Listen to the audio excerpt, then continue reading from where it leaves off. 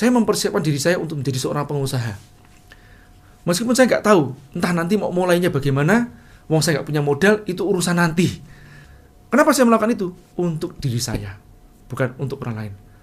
Karena suatu saat saya akan jadi pengusaha, ini adalah bekal buat saya sendiri, bukan buat orang lain. Bukan buat bos saya.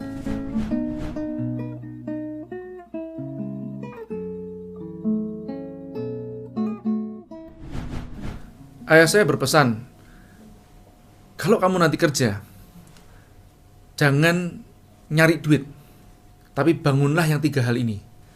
Skill atau keterampilan, credibility atau kredibilitas, nama baik, dan kemudian yang ketiga adalah network atau jaringan. Itu selalu yang saya ingat, pesan dari ayah saya sebelum saya memulai kerja. Pada saat saya diwawancara oleh calon bos saya di Astra, beliau menanyakan seperti ini, Jaya, kamu minta gaji berapa? Terus kemudian saya mengatakan, terserah dari pihak bapak. Loh, pasti kan kamu kan punya dong standarisasi salary yang kamu harapkan berapa? Saya menjawab, kalau menurut saya gini pak, saya kan datang kemari sebetulnya kan niatnya untuk belajar. Saya belajar kemudian sudah dibayar, saya sudah bersyukur sekali. Apalagi saya yakin bahwa Astra itu punya standarisasi untuk mensejahterakan karyawannya.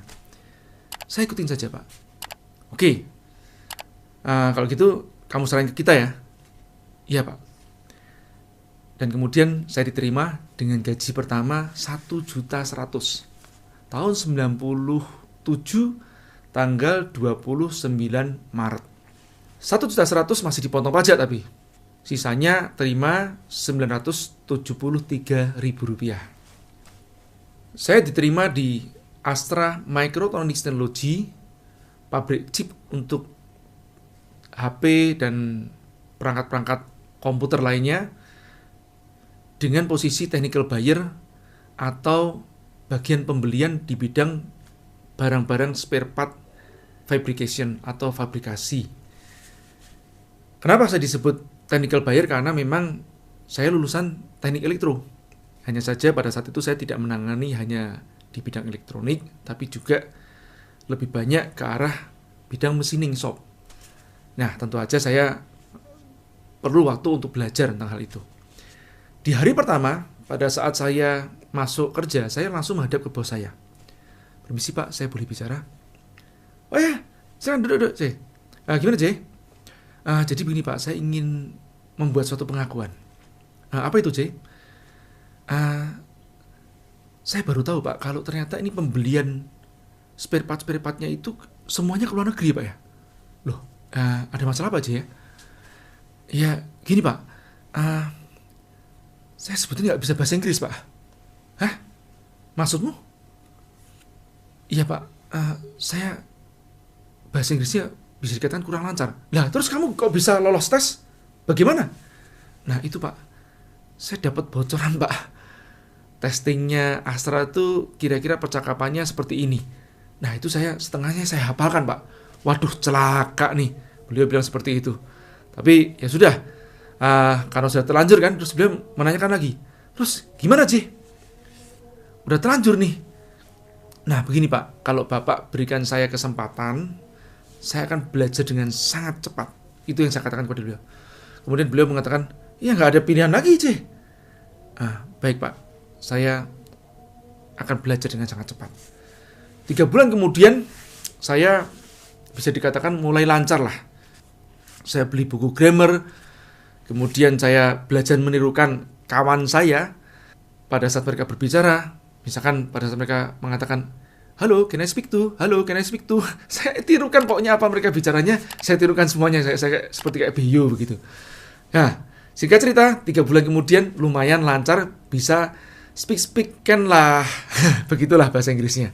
Yang penting mereka tahu, saya tahu.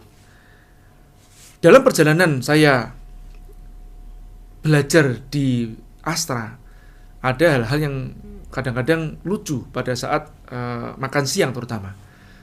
Kawan-kawan satu office itu sering membicarakan bos saya.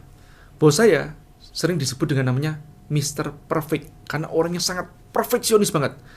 Beliau itu kalau lihat paperclip jatuh itu diambil kemudian teriak-teriak, ini siapa nih yang buang-buang paperclip? Terus kemudian kalau ada staples dilepas begitu pun juga jatuh, buang sampah sembarangan. Itu seperti itu detailnya.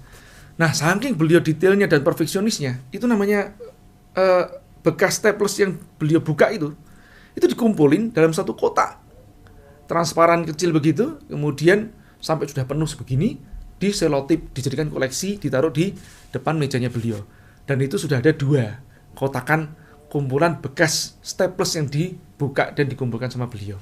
Anda bisa membayangkan nggak perfeksionisnya seperti apa? Saya belum pernah melihat beliau itu salah dalam pengkoreksian. Alias kalau ngetik kelihatannya tingkat dewa. Oke. Hal ini yang membuat mungkin tidak disukai oleh kawan-kawan satu departemen ya. Nah, jangankan satu departemen, sebetulnya di antar departemen pun juga tidak suka sama beliau. Nah, kadang-kadang seringkali pada saat makan itu kawan-kawan satu departemen saya atau departemen pembelian purchasing itu mengatakan begini, Bapak lu tuh J. Nah, saya semua kadang senyum-senyum gitu kan. Terus kadang-kadang beliau pas di dalam ruangan kita di tempat kerja kita masih kelihatan begitu kan. Terus beliau kan potong-potong kuku nih. Ya. Terus kadang kawan-kawan pada nyinyir nih. Bapak lu tuh J, potong kuku. Nah, itu jadi bahan nyinyiran. Tapi saya berpikir berbeda. Loh, justru dia dengan gaji ribuan US dollar yang besar itu, dan dia potong kuku, beliau potong kuku di dalam ruangan itu adalah masa depan saya. Saya mengatakan begitu dalam hati kecil saya. Maksudnya apa? Ya mungkin kalau beliau itu potong kuku saat ini, dulu kan karena beliau di posisi seperti kita, yang kerja keras juga. Di balik suatu kerjaan yang ringan, ada tanggung jawab yang berat. Itulah yang sebetulnya terjadi pada orang yang levelnya semakin tinggi. Dia akan ringan secara okol atau secara tenaga, tapi secara pikiran, secara akal, dia akan semakin berat beban kerjanya. Oke, nah saya tetap berpikir positif, dan kemudian saya berpikir juga seperti ini. Bagaimanapun beliau ini seseorang yang kerja di perusahaan multinational company, CEO-nya adalah orang bule juga Amerika. Tidak mungkin perusahaan seperti ini meng-hire orang yang salah. Anggap aja seperti itu. Jadi saya yakin bahwa orang ini kemungkinan besarnya adalah orang yang benar dalam skillnya. Dari situlah saya berpikir positif, dan kemudian saya memikirkan saya harus belajar kepada beliau ilmu-ilmu yang saya tidak ketahui. Teman-teman berpikir sebaliknya. Kebanyakan dari mereka tidak mau mendekat kepada bos. Saya memilih untuk mendekat kepada bos. Toh, saya tidak merugikan kawan-kawan juga. Dan saya juga tidak melakukan sesuatu yang sifatnya dosa. Apa salahnya? Justru saya hanya ingin mengambil manfaat dari keilmuan seseorang yang sudah maestro. Saya banyak belajar dari beliau masalah negosiasi. Jadi setiap ada kasus atau apa, saya bertanya kepada beliau, Pak, saya ditekan Pak oleh orang produksi, bagaimana menghadapinya? Pak, saya mendapatkan kasus seperti gini Pak, bagaimana menghadapinya? Pak, supplier berkata seperti gini Pak, bagaimana menghadapinya? Nah, disitulah saya belajar negosiasi itu seperti apa dari seorang masternya, dari seseorang manajer purchasing di multinational company yang pernah bekerja di National Semiconductor di Malaysia juga, dan pernah juga bekerja di luar negeri. Daripada saya berpikir negatif, saya memilih berpikir positif, dan disitulah saya dapat banyak pelajaran. Selama 1 tahun 4 bulan saya bekerja di sana, apa yang saya lakukan? Saya melakukan sumpah palapa. Sumpah palapa saya apa? Saya menantang diri saya, Jaya, kamu akan jadi pengusaha suatu saat. Kamu harus betah atau harus kuat, tahan mental untuk bekerja, nyaris tidak libur itu bagaimana? Nah, waktu itu saya berjanji untuk selama 1 tahun, hampir full saya bekerja Senin sampai Minggu. Senin sampai Minggu teman-teman, saya bekerja. Jadi yang lain kerja Senin sampai Jumat, yang lain kerja dari jam 8 kurang seperempat, kurang jam 5 kurang seperempat. Saya memilih dari jam 7 lebih seperempat sudah masuk dalam ruangan, atau paling lambat setengah 8 sudah masuk dalam ruangan. Kemudian pulang, saya memilih paling cepat adalah maghrib, sekitar jam 6 baru pulang. Rata-rata saya pulang jam 6, jam 7. Jadi biasanya bos saya pulang lebih dahulu, saya baru pulang. Terjadi keajaiban-keajaiban pada saat itu. Apa? Pada saat Sabtu Minggu saya masuk, bos saya tidak tahu. Apa yang saya lakukan? Saya belajar dari ujungnya perusahaan sampai ujungnya perusahaan. Ujungnya perusahaan itu apa? Bagian penerimaan barang atau receiving. Saya fotokopi dokumennya, kemudian yang bekas-bekas ya, saya coret-coret. Pak, ini buat apa? Pak, ini buat apa? Pak, ini buat apa? Kenapa penomornya seperti gini? Kenapa ini berapa lapis? Ini kemana saja? Itu saya tulisin. Semuanya saya buat catatan-catatan. Jadi dari bagian penerimaan barang, bagian QC atau quality control barang, sampai bagian pembayaran atau accounting, itu saya pelajari dokumen-dokumennya. Saya mempersiapkan diri saya untuk menjadi seorang pengusaha. Meskipun saya nggak tahu, entah nanti mau mulainya bagaimana, wong saya nggak punya modal, itu urusan nanti. Nah, ternyata pada saat Sabtu Minggu saya masuk, selain saya belajar, saya juga menyelesaikan pekerjaan saya. Jadi saya paling anti ya, kalau saya pulang itu saya masih ada kerjaan-kerjaan yang tanggung gitu ya, atau istilahnya namanya kan PR, purchase requisition, yang gantung, permintaan pembelian yang gantung dan belum saya proses. Biasanya sudah saya proses. Nah, pada saat Sabtu Minggu saya kadang-kadang masih melanjutkan kerjaan saya dengan nge-fax ke tempat para supplier untuk minta penawaran harga. Nah, disitulah pada saat Sabtu saya masuk, para orang-orang Singapura atau supplier saya itu telepon, Pak Jaya, what are you doing today? Apa yang kamu kerjakan hari ini?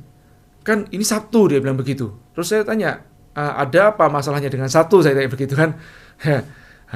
Sabtu kan hari libur, dia bilang begitu. Kamu juga nggak libur, saya bilang begitu kan. Nah, dari situlah saya mulai akrab dengan mereka. Saya belajar dengan mereka. Hari Sabtu masuk, hari Minggu masuk juga. Mereka juga kadang-kadang kaget. Bos saya tidak pernah tahu sampai sekarang. Sampai sekarang bos saya tidak tahu kalau saya masuk Senin sampai Minggu. Karena apa? Karena saya nggak pernah cas overtime. Kenapa saya melakukan itu? Untuk diri saya, bukan untuk orang lain. Karena suatu saat saya akan jadi pengusaha, ini adalah bekal buat saya sendiri, bukan buat orang lain. Bukan buat bos saya. Setahun 4 bulan saya kerja dari situ, saya keluar. Pada situ memang 98 krisis yang sangat hebat. Dolar dari 2.000 rupiah US dollar itu naik menjadi 14.000 rupiah pada saat itu. Bahkan lebih. Pernah lebih daripada 14.000 rupiah US dollar. Anda bisa bayangkan naiknya itu bisa 5 sampai 7 kali lipat.